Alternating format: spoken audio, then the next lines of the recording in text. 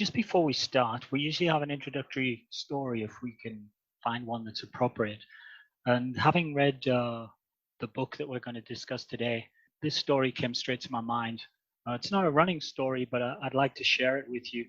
It jumped straight to my mind because of, I think, the personality factor around the book that we're dealing with.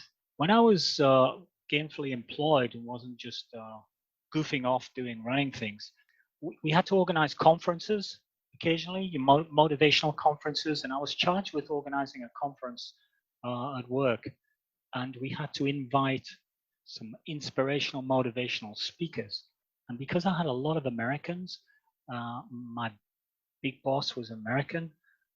We had a speaker to come to talk to us, and his name was Gene Kranz.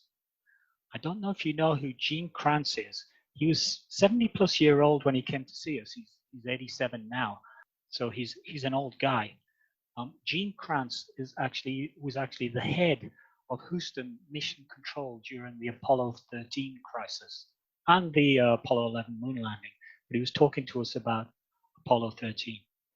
And basically, he's an elderly chap, but he's a guy with his eyes were just bright as you could imagine. His focus was razor sharp.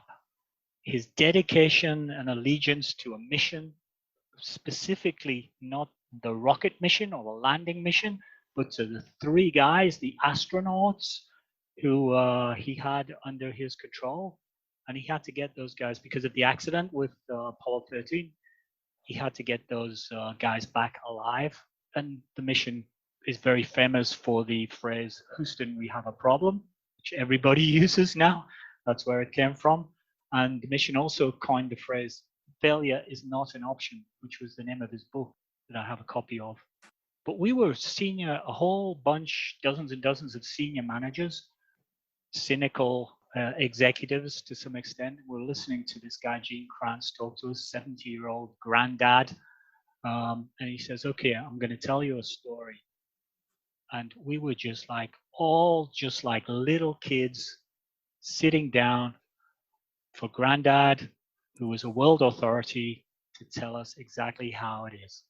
And when I read the book about Coach Joe Vigil, the thing that came to mind was this experience that I had listening to Gene Kranz from Mission Control. And there was just a parallel with it.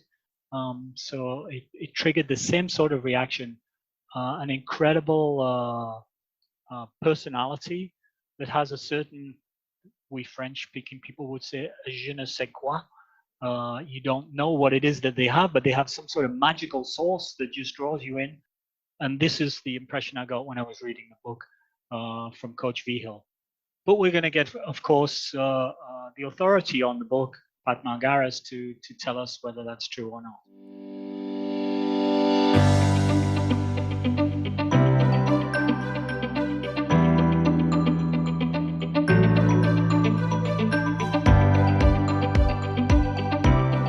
Hi, and welcome to Running Book Reviews podcast, where we review the running books to help you decide if you want to read these books for yourself. We hope that listening to us chat about running will help keep you motivated about your own running and maybe inspire you to try something new and improve your own running in the meantime. My name's Alan. I'm with my co-host Liz.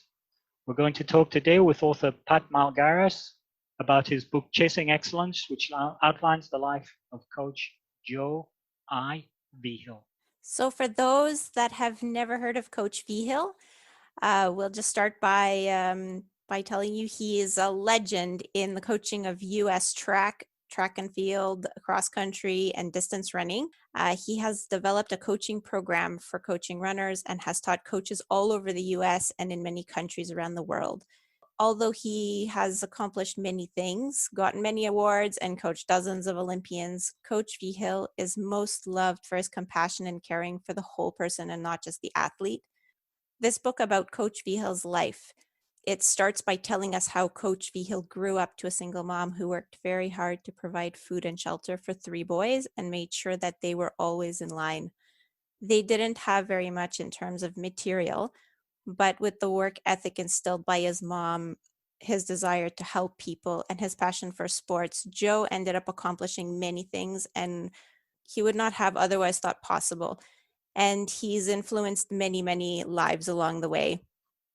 So this book is basically a book about his life, and in that book we also get all of his stories about all his runners, all the people he's met along the way, and the challenges that he's faced. And we're very happy to have with us today Pat Melgares, who's the author of the book and also a former athlete of Coach Vigil while he was coaching at Adams State. So thank you very much for accepting to be with us on the podcast today. Thank you, Liz. Thank you, Ellen. So I'll just start by introducing Pat a little bit. So Pat is a former college runner for Coach Vigil, and he grew up in the same hometown. So he was actually living, his boyhood home is about 4 blocks down the road from Coach's boyhood home. He was also a 4-time All-American at Adams State College and a member of 6 national championship teams during his years in the program from 1985 to 1989.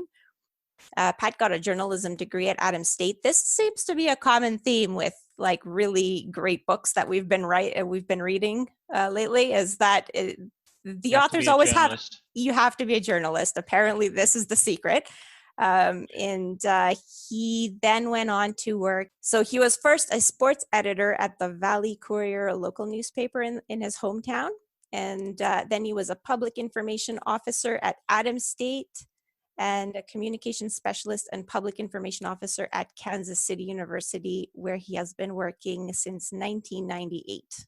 So, Pat, how come you decided to write this book and why did you decide to do it? It's obviously a book that needed to be written. Tell us about it. Yeah, well, thank you again for that nice introduction. And it's really nice again to be with you guys. And, this book really is a book that needed to be written. Coach Vigil is 90 years old now, still living, still coaching, still very strong, still very sharp in his mind. And, 2-3 years ago, a few of us former runners, we were at a reunion back in Alamosa, Colorado.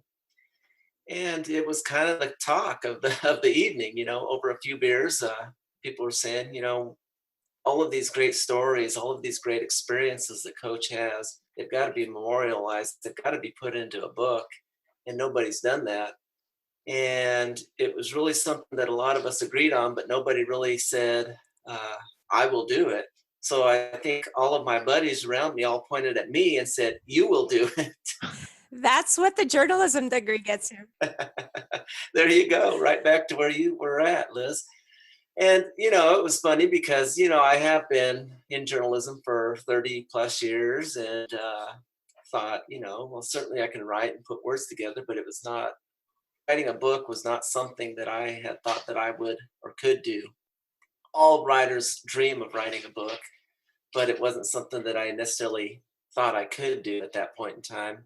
What pushed me towards this was that this was really a passion project, and it was easy to be able to tell some of these stories. I knew a lot of the players that were that would be in the book, and when I say players, I mean the former runners for Coach Vigil, the coaches he coached against, the family members, just a lot of friends, even people from our hometown who were mentioned in this book.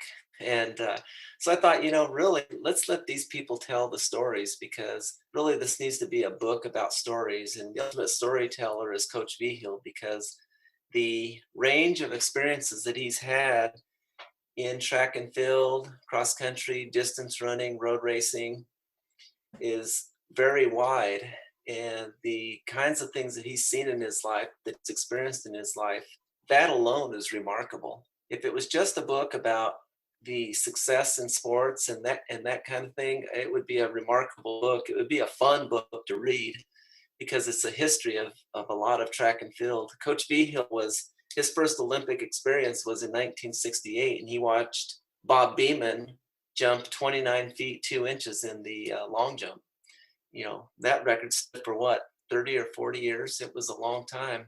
He was friends with Javier Sotomayor, a Cuban high jumper, when he jumped 8 feet 1/2 inches in Salamanca, Spain. So that gives you an idea that this is a man whose experience in the world of track and field, distance running is just vast. And again, that would make a wonderful story. But I'd like to really, we can dig into this even deeper as we talk today, but the book is not really just about a wildly successful coach. It's really about overcoming adversity. And I think that that is an even more remarkable is that he came from very humble beginnings, and all throughout his professional career, he overcame some adversity, some things that really could have tripped him up or broken his spirit in certain ways. Yeah, I know that you also like there are also stories, it's some of his athletes. I mean, there was the one story about one of his one athlete he recruited, and he went to the athlete's home, and the athlete lived in like very poor conditions with a single mom as well. And I think the floor of the home was like a dirt floor, and he asked this athlete to come to study and arranged to get him a full scholarship, which for that athlete completely changed his life. I mean, so in a way, the stories in the book are amazing in terms of what he accomplished in track and field, but like he helped people believe in themselves is the feeling I get. It's very true. I think that having that background, it made him the eternal underdog. He always felt like he had something to prove. He was never on top of the mountain. And so because of that, he was always willing and still is always willing to go that extra mile for people that maybe had his same background or were facing their own adversities. And we see this over and over again through Coach Vigil's life, that he's always willing to be the guy on the humble side of the coin, if you will. He's always willing to say, "What can I do to help you? It's not what you're doing to help me." And I think that makes him, again, really remarkable in terms of a person and a coach, because he's able to reach people and become an everyday man, if you will, whether you're a world-class athlete or you're just a common, weekend warrior, if you will. Do you think his sort of underground, poor background was a key part of why he was so good? I think if he'd been born to a middle class family, maybe he wouldn't have been the coach that he was. Yeah, I think either way, he had a tremendous amount of drive, but I think that I do agree with the idea that coming from a very poor background, his mother barely scraped enough money around to, put food on the table. That I think having that experience made him appreciate everything he had and made him want to work for everything he had. I think the short answer, in my view, yes. I think that has helped his success. I like to think, just because I know him in his older life, that he was going to be successful anyway. But I think having that background, I think that that is a pride point for Coach Vigil, knowing that he wasn't given anything per se. Not not to say that others are just given things, but he certainly is an example of somebody who had to work from the ground up to get to where he's at today. And his own personal background seemed to be successful college wise. Seemed to be successful in football. Um, Yeah, yeah, why did he go to athletics? yeah. It's pretty neat that he was a football player. He was an all-state football player in high school and an all-conference football player in college. And he was the smallest lineman on the line, but yet he was the guy that nobody wanted to go up against because he was relentless. He would, outsmart you, if you will, on the line. He'd find the angles and he'd beat up on you for a game. And by the end of the game, if you're the other guy, you didn't really want to go against him anymore. The interesting thing is, he loved football and he was a football coach in his first year teaching high school. And after the fall football season, the spring came around and he was just kind of interested in what was going on. And turned out that the head football coach was also the head coach for track and field. And Coach Vigil just wanted to know what was going on one afternoon, and they were having the first call for track and field. and there were 3 boys that showed up for the track and field team. Well, the head football coach, he wasn't much of a track and field guy per se, and he thought, well, if we've only got 3 kids, looks like we're not having a track team this year. And it turned out all three of these boys, no, 2 of the 3 boys were Hispanic boys. They were from a similar Spanish background as Coach Vigil.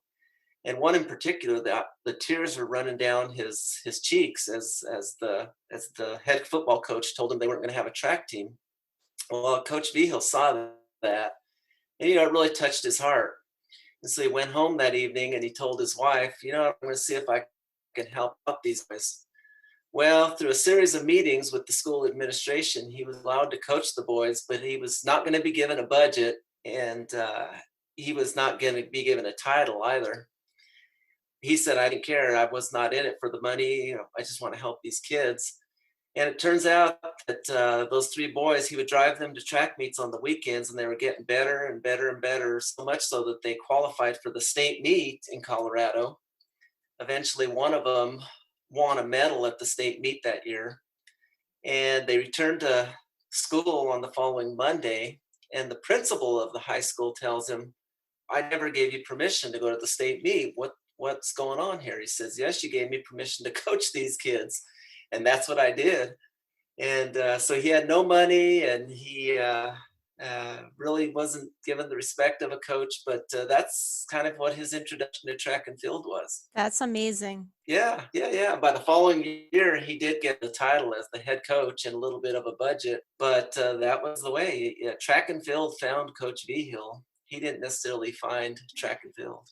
It's it sort of puts me in mind of Field of Dreams. If you build it, they will come, and it's very much so building it first and making the reality of it arrive after creating it. Yeah, that was 1954, and by 1956 he had individual state champions, and by 1958 he had a team that lost the state championship by a half point because his star hurdler tripped on the last hurdle when he was about to win the race. Yeah, that was Larry. That story's in the book. Larry Fujimoto, who lives in Southern California now, and I talk with Larry every now and then, and he still gets choked up when he remembers that story because he feels like he just hurts, and he still feels like to this day that he let the team down, even though Coach Vigil hugged him and told him, you didn't let the team down. We got second place. I still love you. That was the message he got from his coach.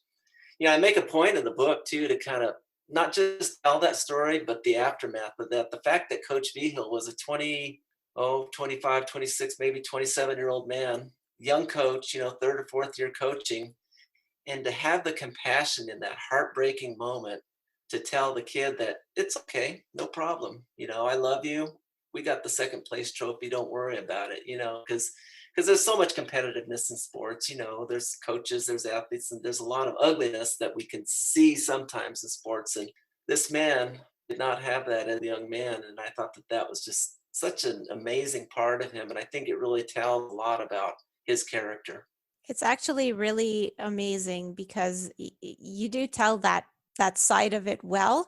And it seems like, because we do hear a lot of the negative stories, how athletes are treated by their coaches and how important winning is. And it seems like Coach Vigil, yes, he liked to win, but it seems like what he did was he kind of inspired people to want to win and to want to work together.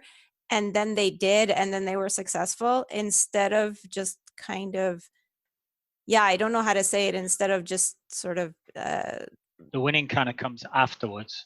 Yeah, you go through a process, and the process will deliver benefits in itself, and one of those just happens to be that probably you win.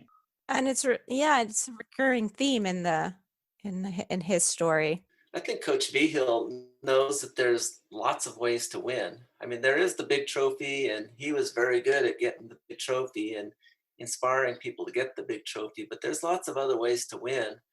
And I think that there's many stories throughout his life in which some of the rewards, some of the victories had nothing to do with the medal or the shiniest trophy. And it's very true. The American Olympian Brenda Martinez finished third in the 1500-meter Olympic trials for the United States in 2016. And that was probably one of the most wonderful moments in Coach Vigil's life, because, a week earlier, she fell in the finals of the 800 meters, which she was favored to win and didn't qualify for the team. And yet 6 days later, she's able to pick herself back up and, gain the third spot on the U.S. Olympic team in the 1500 meters, which wasn't her strongest event. And there's this beautiful moment where she comes around the track, the three Olympians take a victory lap, and she sees Coach Vigil, and she just embraces him as he's standing on the fence. And Coach Vigil is crying. He's a big, strong, former football player, kind of tough guy. And here's this guy that's crying, and he's just a wonderful guy, just a wonderful heart. And again, those are the kinds of experiences that show that, there are lots of ways to win. And Coach Vigil, I think, coaches people who can win in a lot of ways in life. And there's a fantastic photograph in the book of him hugging Brenda Martinez at the end of that process, which was superb to see.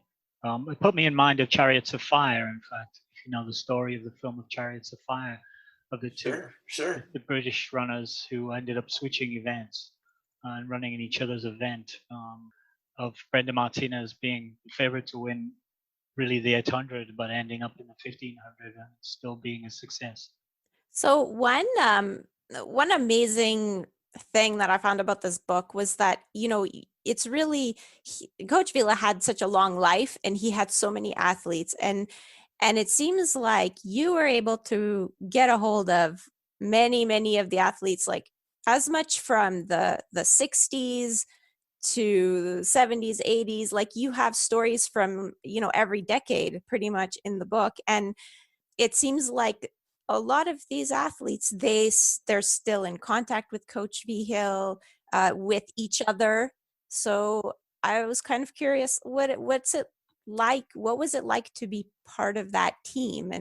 And do you feel like even if these other athletes, even if you were not on the team at the same time as the other athletes, like, do you just feel like Coach Vigil's team is one big team encompassing multiple generations? Yeah, I can first of all address, what was it like to be on the team? Now, I was in the 1980s, and that really was a glorious decade. 10 national championships in 11 years. And to be honest with you, I don't think now, as a 53-year-old man, I didn't understand how good we had it back in the 80s. I was fortunate to have grown up in Alamosa, and so Adams State was in my hometown, and I knew a lot of the runners from the 1970s, and they were my heroes, if you will. I wasn't just a runner, but I definitely loved the runners at Adams State so much growing up and saw their success. But still, I couldn't appreciate what was happening in the 1980s. And I would translate that to say also didn't appreciate the excellence that I was around when I was with Coach Vigil. Now, on a day-to-day level, it was a 24-hour adrenaline rush being around Coach Vigil, because he was so motivating and always so positive and wanting to, drive, so to speak. Was that pressure filled? I don't think so, because, even though the expectations were extremely high, for how you train, how you live your life, how you take on these big challenges, it felt so much like a family and like you were in it together that it never really seemed scary.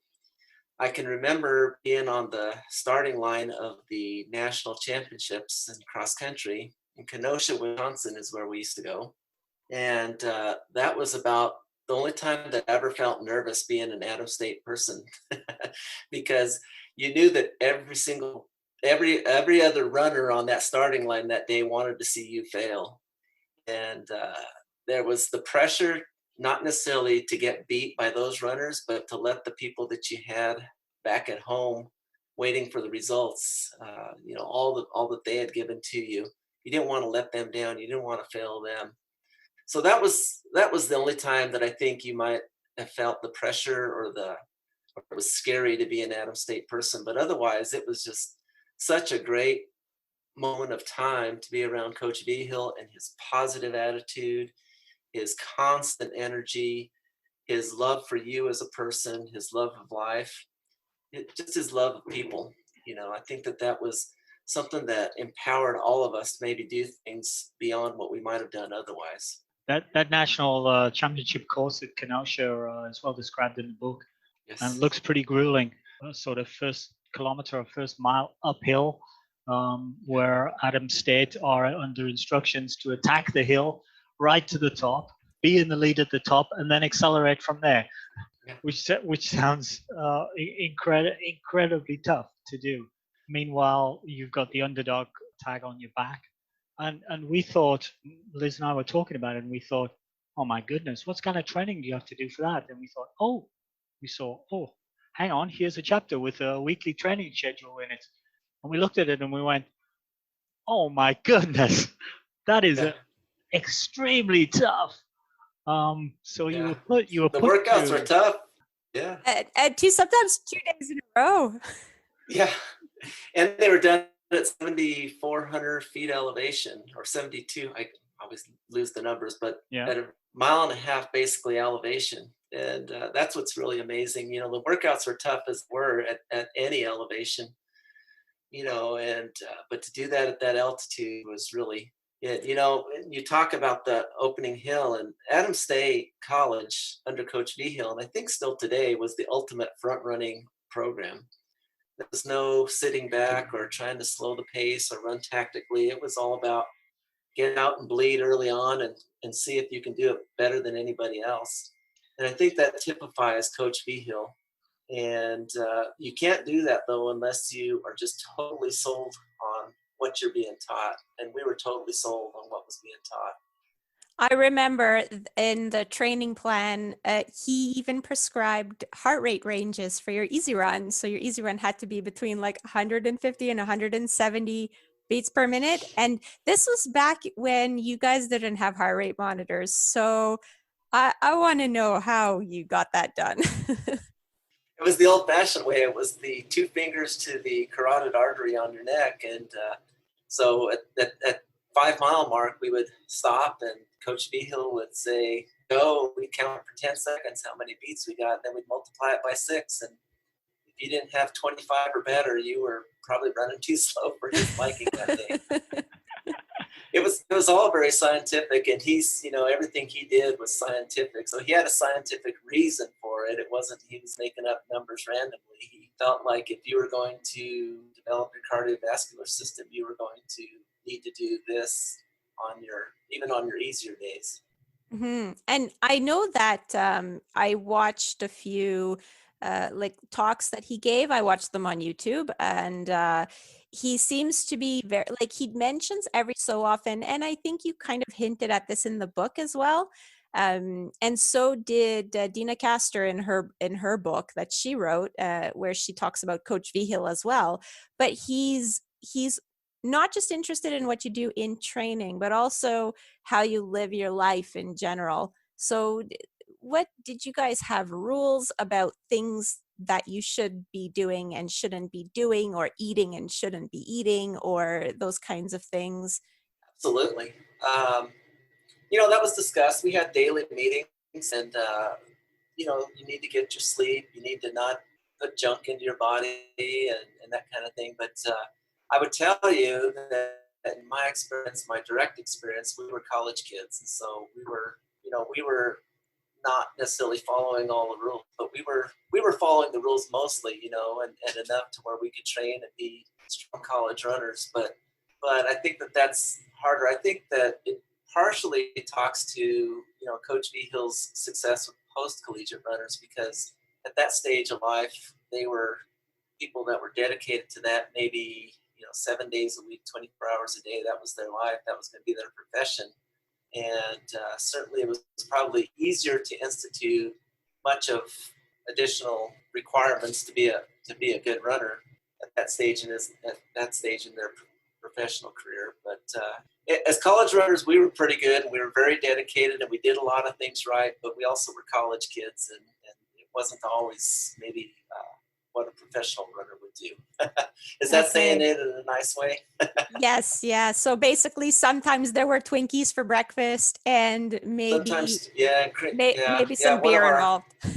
Yeah, there was a beer or two, and there was, cream puffs from the bakery now and then. So there's a story in the book about, well, no, actually, I think that might have been my blog about one of the runners who went to the bakery and bought cream puffs and happened to run into Coach Vigil, and Coach Vigil said, "See, I knew you were a cream puff. I knew it." So it goes to speak about his, he really does have a great sense of humor, Coach Vigil does, and that's part of what has made him a very successful coach over the years too. It's really about relationships with people, and not just being a brilliant scientific mind, but being able to relate to people and to love people genuinely. That's Coach Vigil. It really is. Well, once Adam State became renowned and well known under Coach Vigil, it was probably somewhat easier to go out and scout for new runners. But at the start, um, he's effectively starting a program and going off trying to persuade people to come and run. And he has to select some people who have potential to have talent. Before Adam State were famous for their running program, how did Coach get runners to come and run there? I think it was good old-fashioned sweat, blood, and tears, so to speak. It was hitting the road and talking to one kid at a time and hoping that they were, going to choose his program. Now, in Colorado, well, where Alamosa, Colorado is located is about halfway north-south between Denver, Colorado, and Albuquerque, New Mexico. Well, in the Denver area, is where the University of Colorado is, Colorado State, the Air Force Academy, and those all were very successful programs. So they were more of a lure towards a lot of kids in Colorado, or the kinds of kids that Coach would want to recruit. On the other side, the University of New Mexico had a very good program in Albuquerque. And so kids from that part of that state, from south of Alamosa, would head to New Mexico. Well, Coach Vigil maybe grabbed one or two here and there, but really he was looking for those kids that maybe were still a little more hungry coming out of high school. And so he would tend to recruit or tend to get kids that were maybe fourth or fifth or sixth place at their state meet, maybe not the state champions. And they would come to Alamosa and they would train for a couple of years, and pretty soon, what do you know, they're beating those guys that were the state champions in high school. And there are numerous stories of that happening. There's one of the greatest runners that came to Alamosa was a 10-minute 2-miler in high school, and that was Pat Porter, who became an 8-time U.S. cross-country champion and a 3-time Olympian, I think 3-time Olympian. And, those are the kinds of stories that Coach Vigil was able to create in Alamosa, Colorado.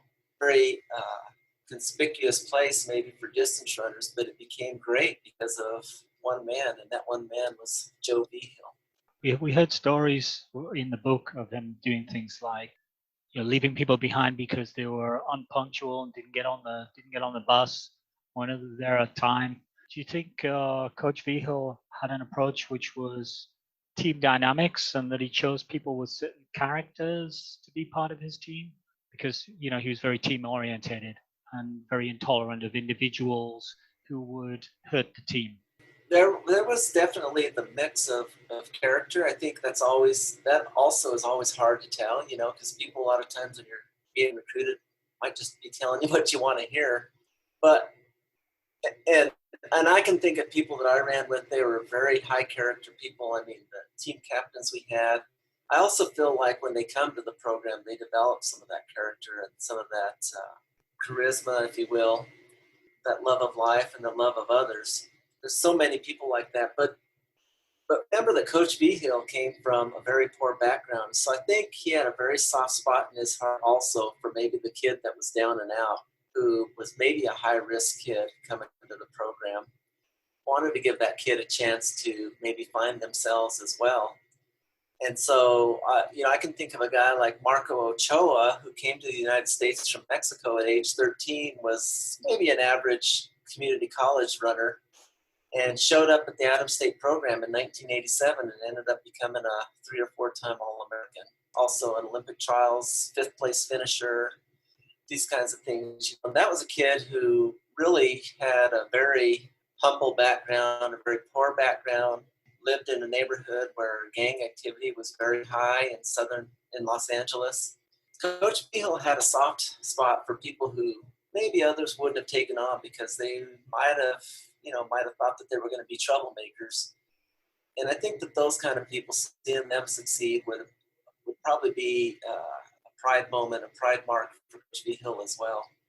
It also speaks to sort of how like he made them not just good runners, he made them good people almost. It's almost as if like his program was a whole personal development journey, because he built teams out of people that didn't know each other and came from different places, different backgrounds, and it's pretty amazing what he was able to accomplish. Yeah, the being punctual, I would make the quick comment that the being punctual is really about instilling discipline. And, it wasn't so much that if you left 2 minutes late to the track meet that it was a bad thing per se, but the whole idea of being punctual or even being 2 or 3 minutes early to leave was all about developing self-discipline. And I think it's that self-discipline that created the character, created the kinds of people that grew out of this program and became outstanding human beings after running. Yeah, I remember at one point, it was mentioned in the book that Coach Vigil, in his opinion, if you were 5 minutes early, you were on time, or you were already late. But if you were 15 minutes early, you were on time, or something like that. I remember reading that. Yeah. Alan, you would have been late all the time. Yeah, I could just imagine in our sort of society, having an event with some kids and saying, okay, you got to be there for 8 o'clock, and the bus leaves at 3 minutes to 8. The bus would be empty, would have nobody on it. Certainly, I wouldn't be there. So yeah, it does. And you mentioned Marco Ochoa, and his background. And if I remember correctly in the book, he ended up being a coach, and in fact sending Brenda Martinez towards Joe Vigil to get some coaching because she was finding it difficult to have a good relationship with a coach. And he was able to do it where other coaches couldn't. And he was able to meet with her because of his previous relationship with Marco Ochoa. So that's building a dynasty.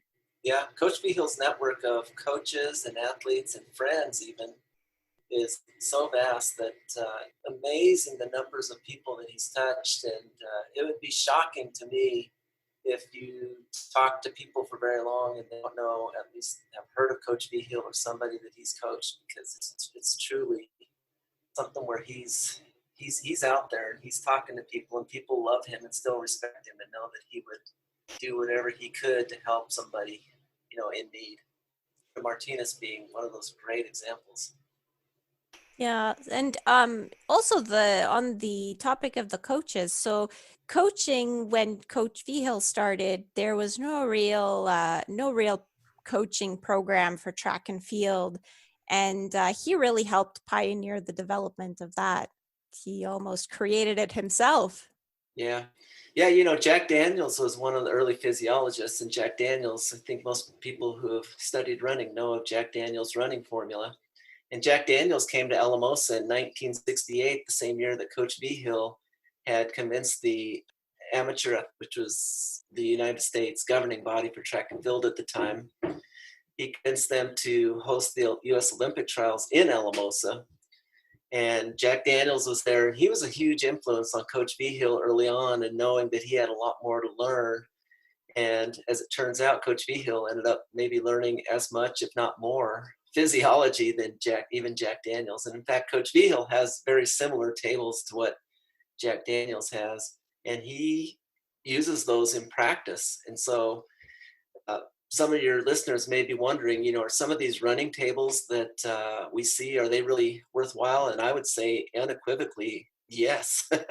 Vigil, Daniels, and I'm sure there are others that have these kinds of tables, and they really seem to be spot on. And they're all based on science and lots of years of testing runners, prodding runners, and listening to runners and watching performances.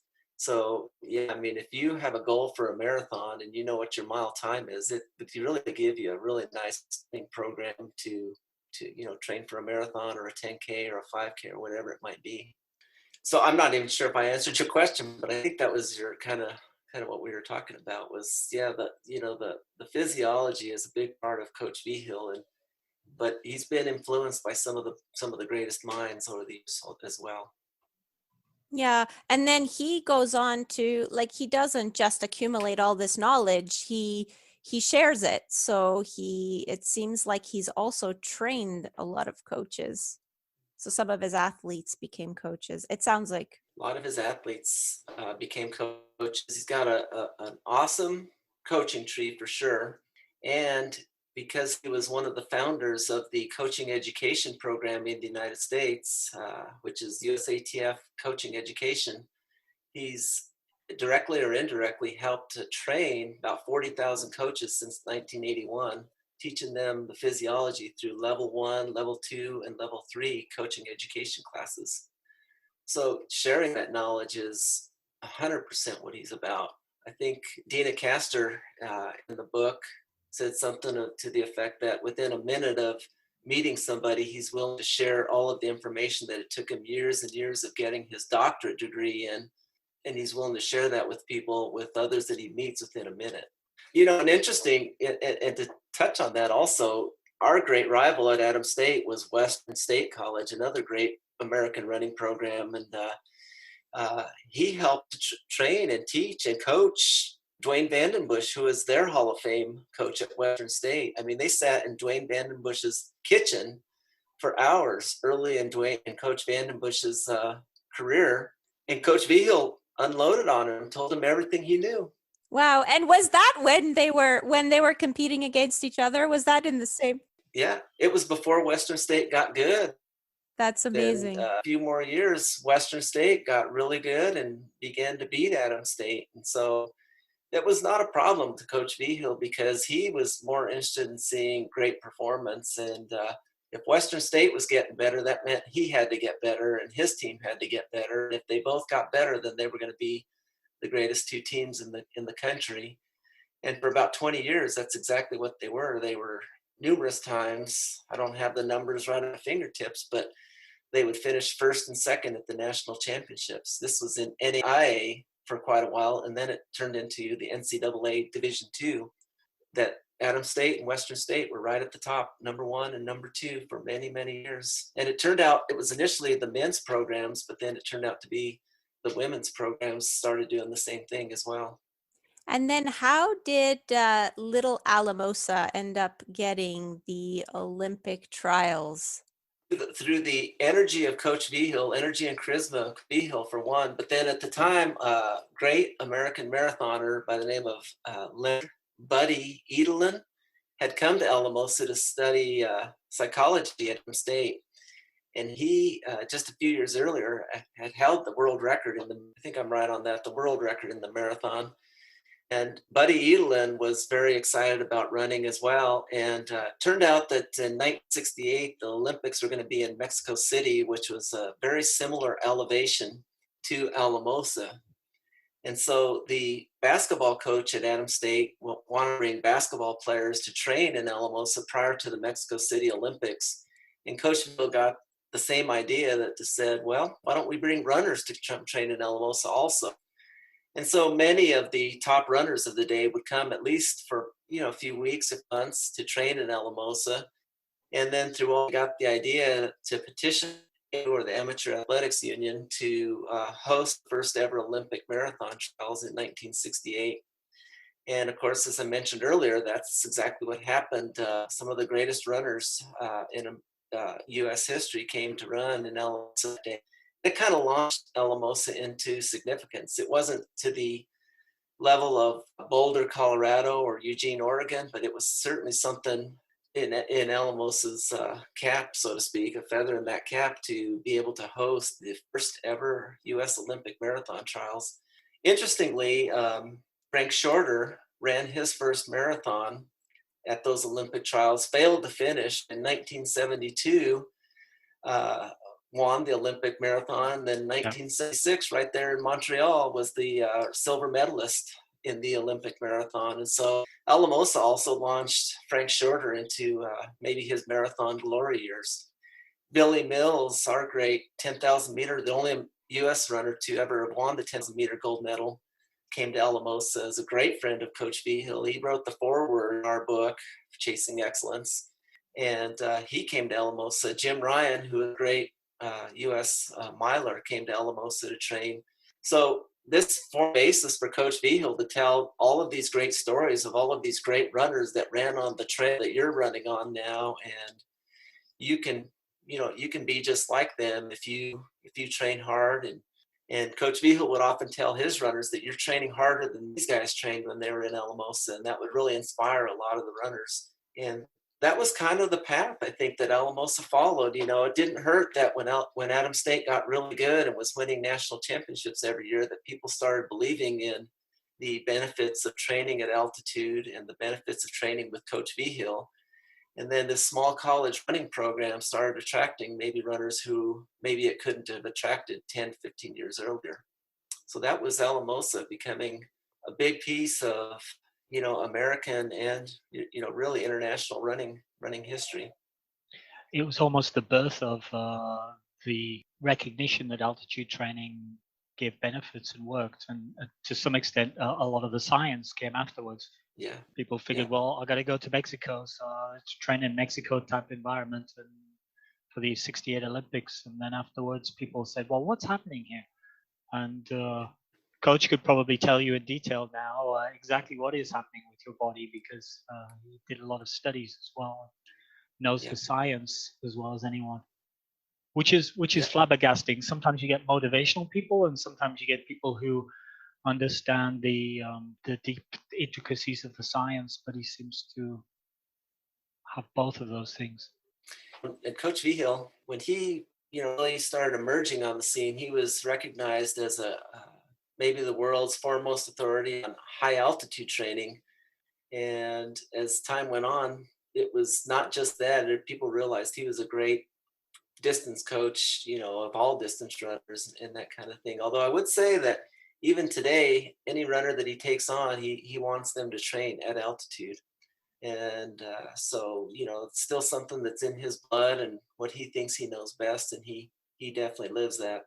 He did mention, it was in one of those talks that I saw, I think he was talking to a group of coaches, and he mentioned a statistic that I think it's either 95 or 98% of all medals in the Olympics are won by people that are training and living in altitude. Yeah, I think that's in the book, because I recall that. Pat wouldn't have missed that. No, probably not. Goodness me.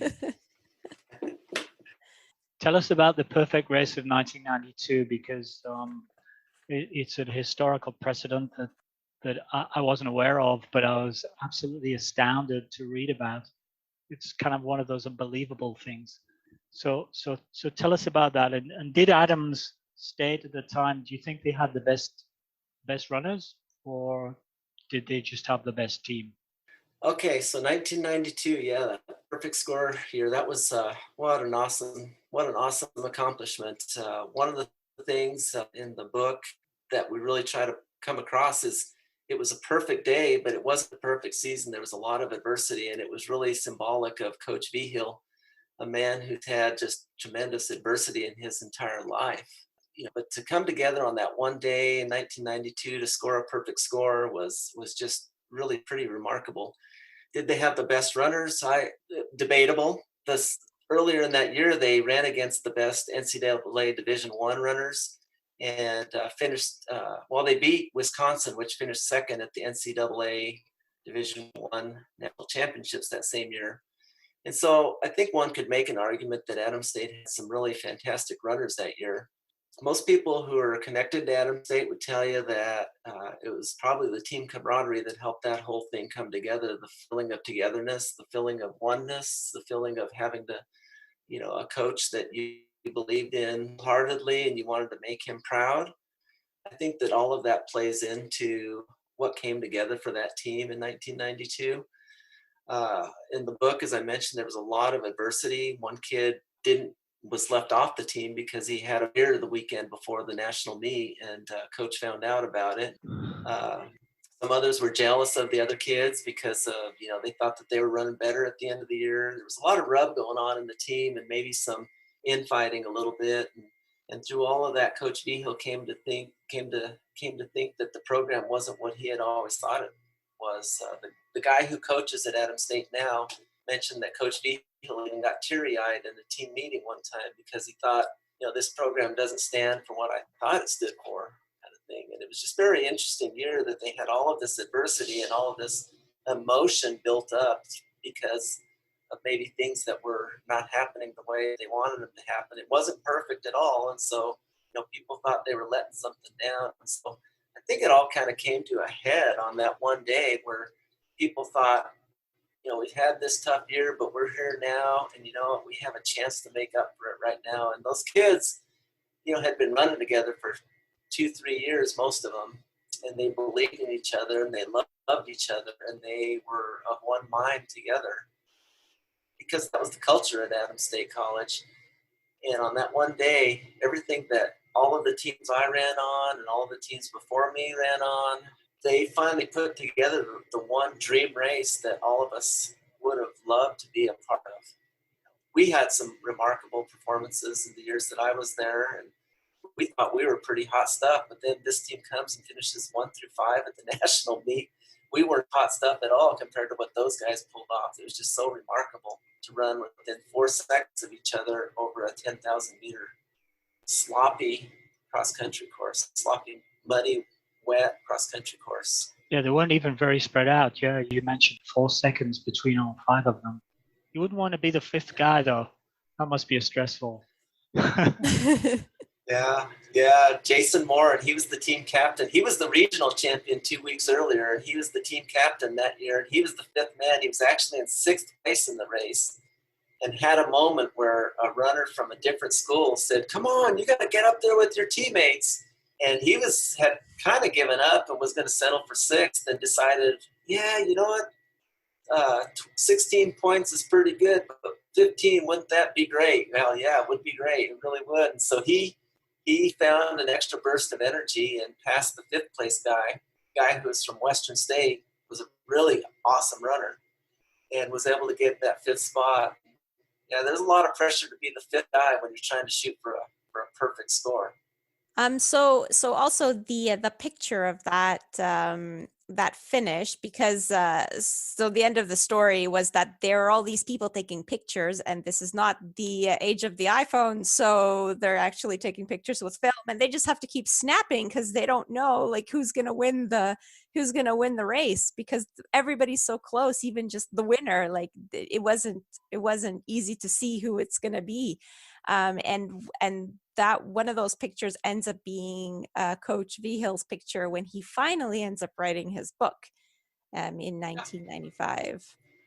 Yeah, Coach Vigil would carry a camera with him at most meets, and he was pretty prolific in terms of taking pictures. He took a lot of pictures over the years, and as you mentioned, back then it was film.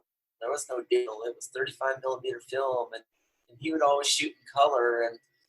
And so, yeah, he was one of those that captured really remarkable image of those 5 kids coming on in, running at the national meet. And then it appears on the cover of his book, as you mentioned. This book is called Road to the Top. It's funny because I have that poster actually in my bathroom here at home. I don't know why we hung it in the bathroom, but it's a really remarkable picture. So you also mentioned that he has in his garage like dozens of boxes full of photos and all kinds of memories that he's kept. So like, has anybody decided to digitize these? Because I mean, those are a gold mine. Well, I had the opportunity when I started my interviews with him. I stayed at his home for 3 days, and during that time, we had dug through some of the boxes, and I kept about 100 of the pictures that I thought were really awesome and I thought could be candidates for the book. And we digitized all 100 and whatever photos it was. And so there is some of that. And then I know when he had a recent some kind of celebration. It must have been his 90th birthday celebration. There was somebody that helped him digitize a lot more photos. So hopefully a lot of that has been, because it kind of goes back to the reason for writing this book, that there is such a remarkable life that this man has lived that it needs to be memorialized and captured and preserved for generations to come, because I think that he really provides inspiration, whether you're a runner or whether you're just a human with a beating heart. This man can provide a lot of inspiration for life, for living, for running, for just being the best version of you that you can be. And I think that's why it's so important to preserve his memories and the things that he's been a part of.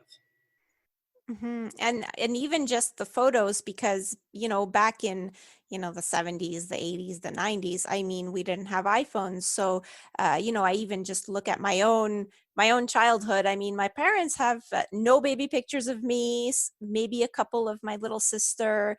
We might have had a photo that a neighbor took, like here and there. Like, we really don't have really many photos. And to think that there's all this sitting in Coach's garage, and all the people that are in those photos that I can just imagine that they could relive the experience with some of those pictures. I mean, it would just be so sad if it didn't get out there, I think. Yeah, I agree. And I hope that this book has really done some of that, and I hope it's something that will allow a lot more people to enjoy the story, and again, not just a story of success, but actually a story of adversity. I hope that this book has done that for a lot of people. Yeah, I mean, it wasn't all sweetness and light. He eventually left. I think it seemed to be part of the NCAA, the regulations and stuff, red tape that he had to go through. He eventually left Adams because he couldn't really interface with the people the way he wanted, with the runners, with the boys. Yeah, one example is you can only meet with your athletes 6 days a week, and Coach Vigil wants to be with his athletes 7 days a week, not driving them hard, but just because he loves the interaction. And at least in my time, I can definitely tell you, if I could spend 8 days a week with Coach Vigil, I would. Yeah, and there seemed to be some bureaucrats that were very happy to point out his transgressions. Absolutely, from that point of view. Yeah. There was definitely some jealousy, and I think it's human nature somewhat. I don't know that necessarily those people were bad people per se, but in that professional environment, there was some jealousies that were built up, and it's certainly something that he was no longer interested in being part of. And he had other opportunities to coach post-collegiate athletes. And there's a very nice kind of sidebar in the book where his daughter says, it really turned out for the best for him, because he went on to bigger things. And truthfully, for U.S. distance running, it was a great thing also, because he helped to maybe pull distance running in this country out of its doldrums. Was part of the early movement to do club programs around the country, elite club programs. And of course, he's coached 22 Olympians. Not all of those were after his Adams State years, but a majority of those Olympians that he coached were after that. And of course, went on to help athletes win world championship and Olympic medals as well. So it was a good thing, but it's really hard when you have your heart into your hometown and your hometown college and place that he got his education and was an athlete at. It's hard when those people tell you you're not wanted here anymore. And any of us would have our hearts broken there, but fortunately, he was the kind of person who was able to move on and had good support behind him. And as the years have gone on, that love that he had for Alamosa and for Adams State College, was still there. And he still holds that love for Adams State to this day. Oh, there's not many coaches who have statues in their hometowns, probably. Is it still at the finish line of the Olympic trial marathon? Yeah, 1968. Yeah, the finish line for the 1968 Olympic trial marathon was near what is called Plocky Hall, and the spot is marked with a stone that kind of symbolizes that, as well as Coach Vigil's bronze statue. When the statues were all being toppled all over our country during, the strife we were having months ago. Adams State actually took down that statue. I don't know why anybody would want to topple Coach Vigil's statue, but there was some Yeah. fear apparently that they would topple his statue, but fortunately that didn't happen. They basically took it down to protect it just in case. I guess so, yeah. You mentioned also that that Coach actually wrote his own book, Road to the Top. This is too shy to mention it, but she's been trying to get a hold of a copy of this book. And there one is of an the- probably- address there you go. online. Okay, go for it, Liz. Okay, so I'm sorry that we didn't prep you for this question, because maybe it's going to take some research, maybe not. But so it's a two-part question. So the first part is this address that I found online, 292 N Cedar Crescent in Green Valley, Arizona. Is this the correct address that I would have to write to get this book? And does he still sell them out of his garage?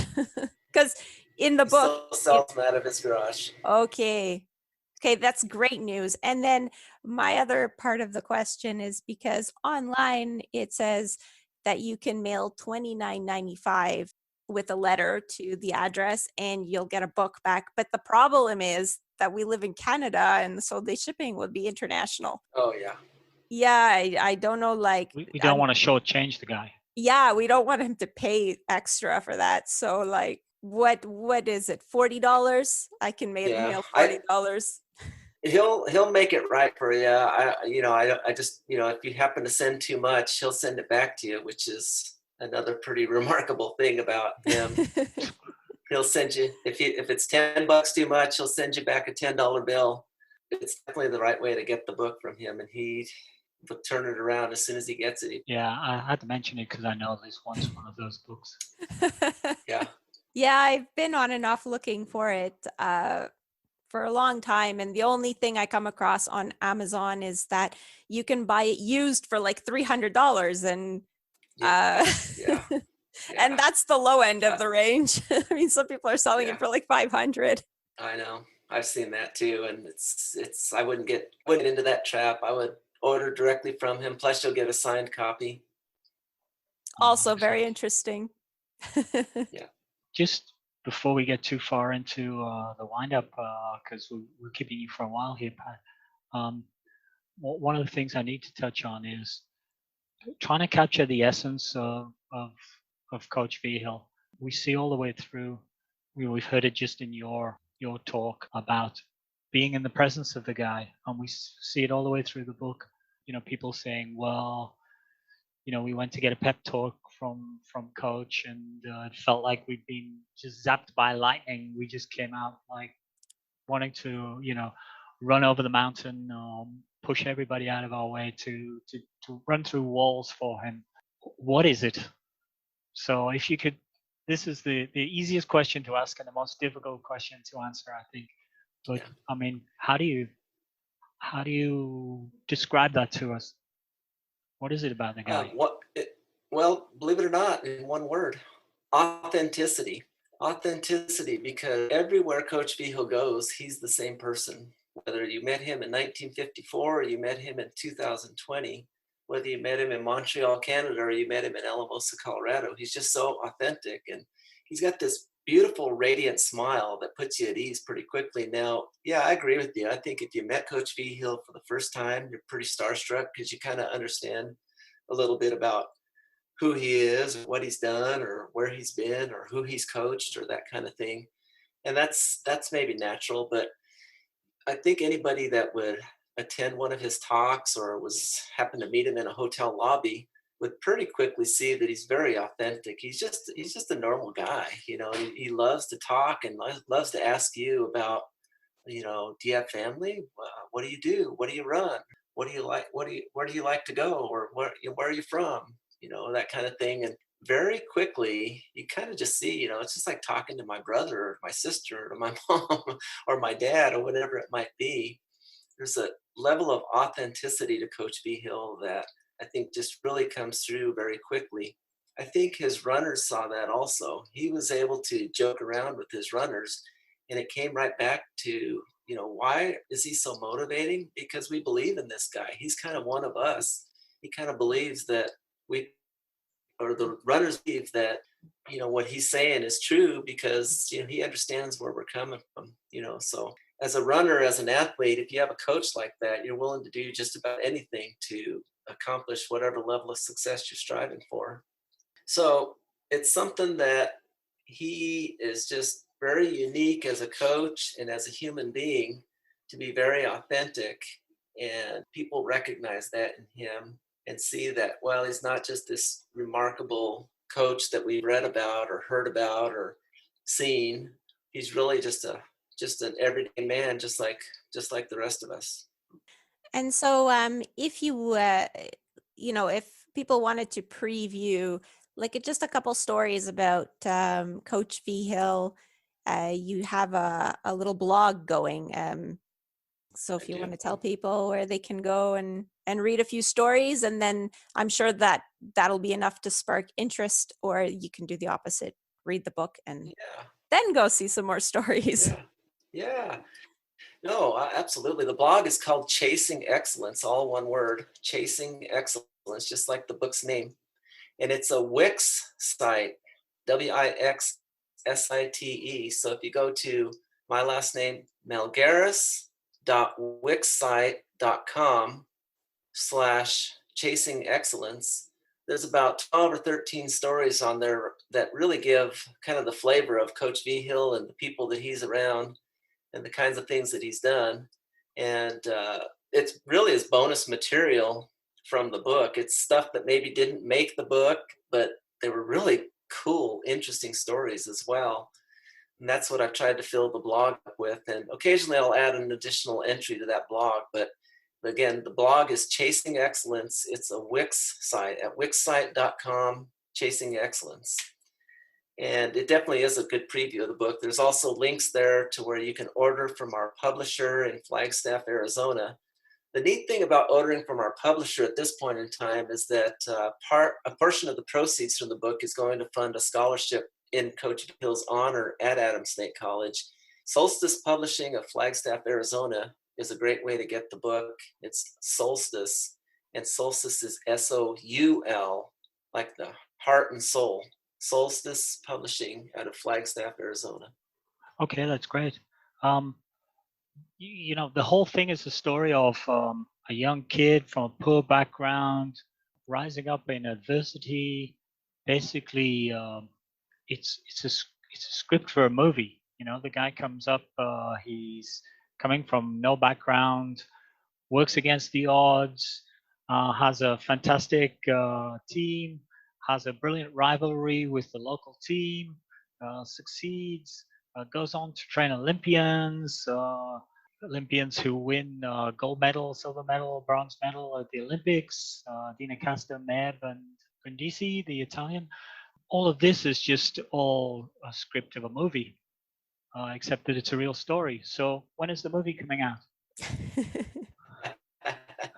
We had a documentarian from Europe who has a connection to one of Coach's former graduate assistant coaches, and they've expressed some interest. So it's maybe not too far-fetched, and obviously I'd love it to be there. Yeah, I'm, and truthfully, I'm not in this venture to get rich by any means or to make money. I mean, it's nice to get royalties from a book and everything, but golly, I just want this man's story told, because again, I think that he has nuggets of inspiration for just about everybody. It doesn't matter what walk of life you've come from, or even if you're a runner, there's some nuggets of inspiration that from his story of being very poor and facing adversity to becoming this person that you just described. And the other thing that you should get from this is the adversity didn't end once he went to college and became a coach and that kind of thing. Is adversity has happened all throughout his life. And he just time and time again was able to rise above that to make himself a better person, make people around him better people, and make the world around him a better place to live. Yeah, I think it's worth mentioning that, throughout this, because it's really such a small portion of the story, but he actually remarries. So he has 2 children but his wife of 50 years, or I'm not sure how long they've been together now, but they met while he was coaching at Adams State. And it was just sort of, it was almost like an aside in the book, but I mean, it must have been a big deal for his life. Like his personal life was probably, he emotionally, he was probably not always up to the task, but he always came through for his athletes. And in his in Adams State's success, there was not even a blip during that time. It was, he just made it happen, or not by himself, but he was so there and invested in his team. They just kept on winning. And Yeah, and again, this is a real human being with real problems in life, real struggles in life, just like all of us. It doesn't mean if our lives don't go perfectly that, it's all for naught. We should understand that when things don't go perfectly, it's just going to be part of our story. Coach Vigil's a living example of that. He had hard times in life, and that was obviously something that broke his heart also. But he was able to move on, and time again, he was able to move on. So again, that's one of those hidden stories in this book that says, there is inspiration for all of us. This is not a perfect man that had a perfect life. It's actually a broken man who made a pretty good life for himself and for a lot of other people. On the other end of the spectrum, I also, going into the book, I thought, oh, well, we're going to be basking in the glory of Olympic medal winners for most of the book, which in fact, it's to some extent a sort of sidebar issue in the book. What we hear about is more the smaller personalities who are, I guess, more deep and meaningful in the story as people, rather than the, what would you say, the glory and the gains that are sort of something of an afterwards. The Dina Castor story was something that I was aware of. And I thought, oh, this is going to feature, this will obviously feature highly in the book, but it doesn't so much. Probably no, features highly in our own book. actually, one athlete that was featured is not an Olympian. It was Tom White, who was a very good runner, but then he had a motorcycle accident and struggled to run for his whole life. Really, really wanted to run. I think even as coaching now, and ended up having his leg amputated, and now he can run. And he basically had it amputated so he could run. And his big motivation was not even, I want to run fast. It was, I want to run with my team. I want to go for a run in the woods with my team. When you can inspire people to have that attitude towards life, isn't that a remarkable thing? I just think that that's so remarkable. And that's why Tom White's story had to be told as well, because it's the kind of impact that Joe Vigil has had on, when you meet a guy like Tom White, who, didn't have an Olympic gold medal to chase or whatever, but just wanted to, become a better person and to be better for the people around him. I think inspiring people to do those kinds of things is just as noble as winning a gold medal. Yeah, and it really shows Coach Vigil was very resilient, but he also seems to have instilled resilience in his athletes, because Tom White was an amazing athlete when he started running with Coach Vigil. He was doing very well. To lose your leg in an accident, some people never recover from that kind of thing. One other quick story I'd mention is, there are the Dina Castors and the Pat Porters and the Tom Whites, and then there are those that never ran a day in their life, like Boogie Romero, who was a bartender down at the pool hall and Coach Vigil's very good friend. And Coach Vigil loves those kind of people just as much as he loves the great athletes that he's coached over the years.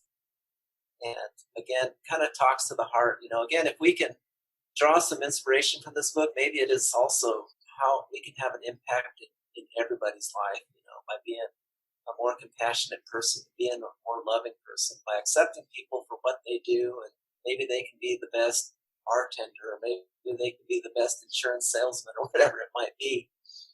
I think that we can have an impact on people in a lot of ways. And I think Coach Vigil not only has had an impact on great athletes, but he's had an impact on a lot of people. So, and that was really one of my goals in this book, is because I knew him that way and I loved him that way. And And I wanted other people to know him and to love him that way as well.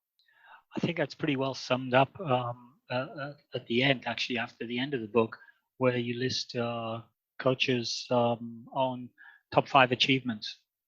And when you go through those achievements, and I think that speaks for itself. I can't remember the order, but I remember which one is number 1.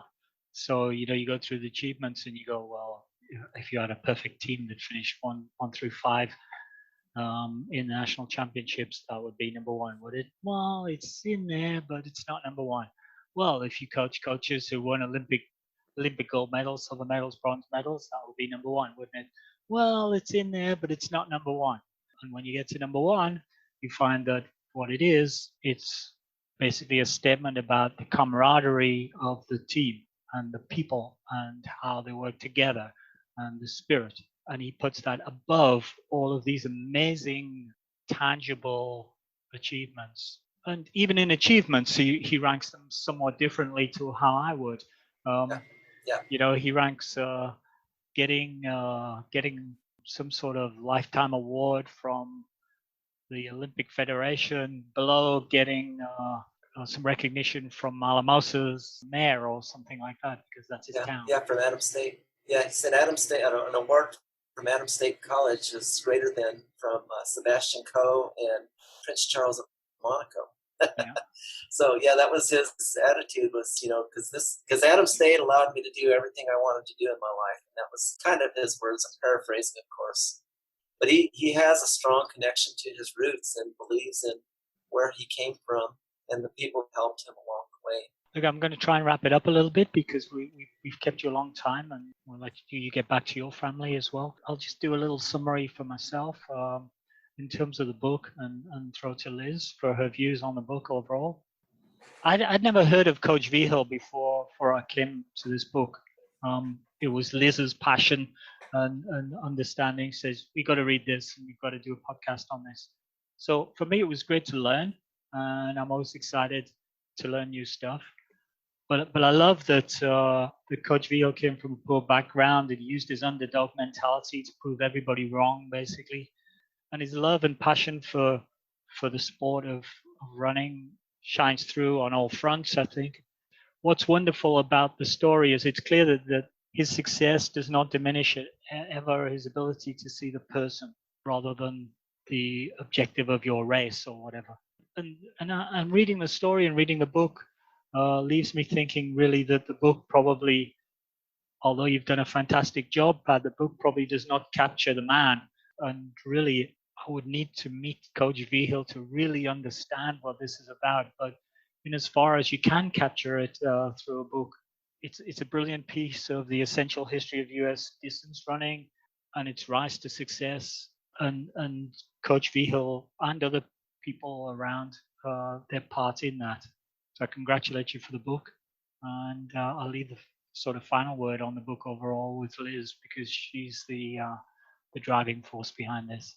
I knew of Coach Vigil, and I expected those, it is listed as a kind of like a memoir. So I did expect to have all the stories about the former athletes he's coached and, sort of where he came from in terms of coaching. I didn't so much expect to have his whole life story, including where he started from, all the adversity he's faced. And a lot of times in books, they kind of highlight all the positives. But in this book, you did such a good job of, even when it wasn't a highlight, because really you highlighted all the positive things he's done and the people's lives who he's impacted and what a difference he's made to so many people. But, you put in just enough of those little stories, like the fact that he ended up being separated and the little stories about the runners who he's lost along the way, because there have been runners that passed away in his lifetime, and he was very sad about that. And you present him really as a whole man and someone that's very compassionate and caring. And you did that really well. And in terms of story, it was chronological, so it was really like from the beginning to the when he started coaching, and then now what he's doing now. And I think it was a lot of fun to see that he's still coaching, he's still doing what he loves to do. And I love to hear stories about people that are older and still following their passions. I find that so inspiring, because as a healthcare professional, yes, Alan, you're very inspiring as well. I'm old. No, you're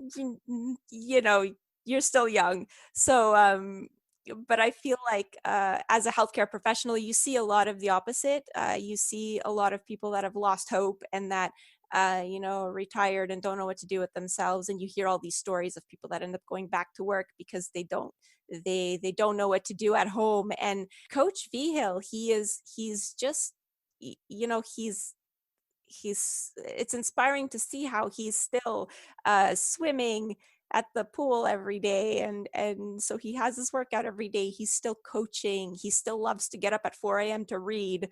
Yeah, I was very inspired by this book. So congratulations on capturing Coach Vigil in all the aspects of his life. Well, thank you. And the comments that both of you have made are heartwarming to me, because that was the goal of the book, was to get to the essence of just that. The man who, the man behind the coach, so to speak, what's in his heart, what's in his soul. And really wanted to do that. It makes me, again, very proud, just because I love him as a person. I've known him forever, ever since I was a little boy. To be able to do that kind of thing and to tell that kind of story about him is something that I'll be proud of probably for the rest of my life. Well, congratulations, Pat, and thanks for spending some time with us today. We really appreciate it. Thank you, guys. Well, all that remains really is for me to perhaps ask Liz to give us an outro. Yep. So people can follow us on Facebook, Instagram, Twitter. On Facebook and Instagram, you just have to search Running Book Reviews. And on Twitter, we're reviews_running. In the show notes of the episode, I'll put the link to the Wix site. We can put the link to the publisher site as well. So if people want to order the book directly, they can just click on that. If people want to listen to all our other episodes and our new episodes, they just need to subscribe using their favorite podcast streaming platform. And on social media, you'll find out when each new episode is out. Feel free anytime to drop us an email and give us some feedback. We're always keen to hear what you think and where you think we should be going next. So with that, thank you again. And until next time, happy running, everybody, and keep chasing excellence. Get this book and read it. It will tell you how to chase excellence.